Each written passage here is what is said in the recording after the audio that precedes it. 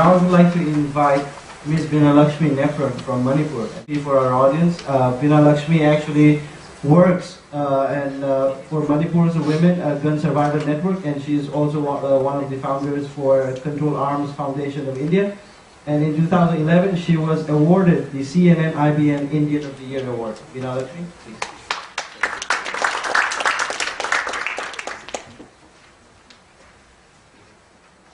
Thank you, Iren, and thank you to the Harvard Kennedy School, Carr Center, Kashmir Initiative, Nama, and for the excellent opportunity given to us.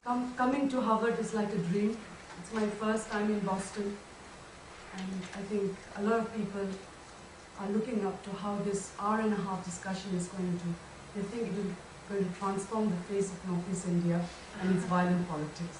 Let's see. Today I'll be focusing on, yes, there's a PowerPoint, yeah. What I will be focusing on is, as Damo Somiroy also beautifully shared with you, the aspects of the Manipur. And Dr. Angana Chatterjee has also mentioned the various aspects of how things are in terms of the overall perspective. I'll be focusing on what it means to have lived a life under the Armed Forces Special Power Act. I am from Manipur. I was born in Manipur. I'm a Manipuri woman. And in fact, my father told me the day I was born there was curfew.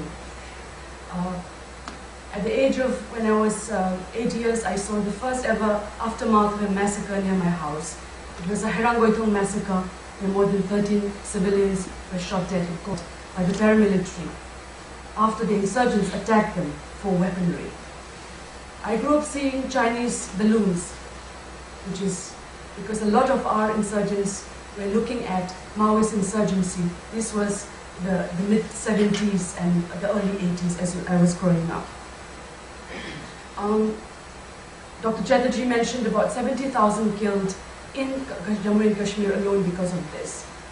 I will be looking at and sharing with you in the next 5 to 6 minutes what has happened in the lives of women, ordinary people's lives, because I don't want to give an entire academic perspective on it in the few minutes.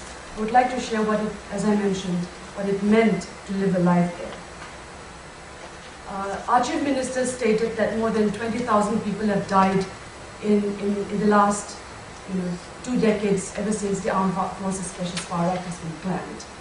Manipur is also the state which has one of the highest disappearance rates of students and young people. But tonight, I'm not going to walk away from this room feeling totally depressed, because women in Manipur have also devised ingenious ways of confronting a regime, a militarized and a weaponized society. Because as mentioned, it is not just conflict started in Manipur, as Damo Somiroy said. After the merger with the Union of India, many armed groups in Manipur felt that we were forced to be made a part of India. That's the origin of the insurgency there. It is a political conflict which continues till today. As a result, we have more than 32 armed groups operating in Manipur alone. We have got about 33 ethnic groups, and almost every ethnic group seems to be armed. I do research on an area and work on the area of mapping how weapons travel from one conflict zone to another.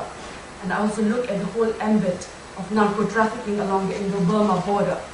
But it was a sense of actually turning research into social action which made me set up these 2 organizations, namely the Control Arms Foundation of India and the Manipur Women Gun Survivors Network. The reason is, as I mentioned, on one hand, we have got an entire, in order to curb the insurgency, we have 60 battalions of the Indian Armed Forces operating. Not to forget the various military, paramilitary, security agencies. So for every 60 Manipuri, it is said that there is one Indian Armed Force personnel for us. I took one of India's most noted photographer, Raghu Rai, in the year 2009 to Manipur. His flight landed, and he told me his first reaction was, "Veena, this looks like Iraq. If you come to Manipur, our life stops at 5 o'clock. We cannot sit for a debate like this at 6 o'clock in Manipur, because in the night, only army convoys, the militants, they roam around in our streets. There is no security in our lives. Anytime, if Irendra is in Manipur, he can be picked up on mere charges of suspicion. I can be picked up. You don't need a warrant, and neither the Supreme Court, any court of law will protect me or any Manipuris or anyone who was visiting Manipur at the time. Such is the way in which, and as Dr. Chatterjee has said, that it violates totally many rights of the Indian Constitution. On the other hand, as I mentioned, so as a result, we have the impact on what's happening on ordinary men, women's, children's lives are that every day there is a slow killing going on. 3 to 4 Manipuris are slowly bumped off every day. We don't realize this. There's a slow killing going on, both in the valleys as well as in the hill areas where the ethnic communities live. As a result, I work with several hundred thousands of women who have survived gun violence. I don't use the term widows for them. They are survivors. Because many of the killings of young men which has happened are between the age group of 19 to 40, leaving behind young women with young children. They have got children as many as 2 men. So there is a huge humanitarian crisis which has come as a result of 5 to 6 decades of conflict and 5 to 6 decades of having a military law and having 5 to 6 decades of violence where there are many components of security agencies, criminalized gangs, armed gunmen which are now controlling our lives and our future. So just a few weeks back I was in Shillong and the Manipur government was present, and this is to show you the magnitude. And they had a scheme for widows in Manipur where they give 2,000 rupees a year for any widows. So it was a scheme which is about, I don't know, less than $60 or something a year, not a month, not a day. And 14,000 widows of Manipur applied in a span of 4 days. This shows the level of how things are. I know friends of Kashmir are here. I have also friends in Kashmir who told me that there are villages of widows in your states, wherever you are. In Manipur, because of the killing, there's a number of magnitude of women and children who are left orphaned, abandoned, and I think our work, particularly in Manipur, focused on it. As I promised to you, the feeling, as I mentioned, when women of Manipur, it is not just Irom Sharmila for which tribute for today's seminar is done, and I have met AJ and have spent time with her, are the most shining example of a selfless person, the most beautiful person I ever met in my life. But she has come out from a Manipur where women have led the process for peace and change. The historical origins of Manipuri women's movement happened in 1904, even before feminism took roots in probably America or any other part of the world, where Manipuri women stood against the British when they tried to induct Manipuri men on forced labor charges. So it was called the First Women's War, the first Nubilal of 1904. This was followed by 1939. In Manipur, if you come someday, we have a beautiful market of the women's market, where only women can sell, men can buy, but women sell, bangles, rice, and things like that. And in 1939, there was an artificial food scarcity created by the Marwari community, which is a business community, and the British, because Manipuri rice is very tasty and it's very nutritious. So a lot of it was siphoned off abroad, outside Manipur, creating artificial food scarcity. And women rice traders, when they couldn't find any rice to sell to feed their children and their families, they got together and started gherauing and started attacking, convoys of rice, saying that if you have no right to sell rice outside when we have no rice to feed our children. This was 1939, the Second Women's War of 1939. If you come to Manipur, there's a beautiful memorial dedicated to it. And then after that, when insurgency started in Manipur in the late 70s and early 90s, before that there was a huge aspect of alcoholism.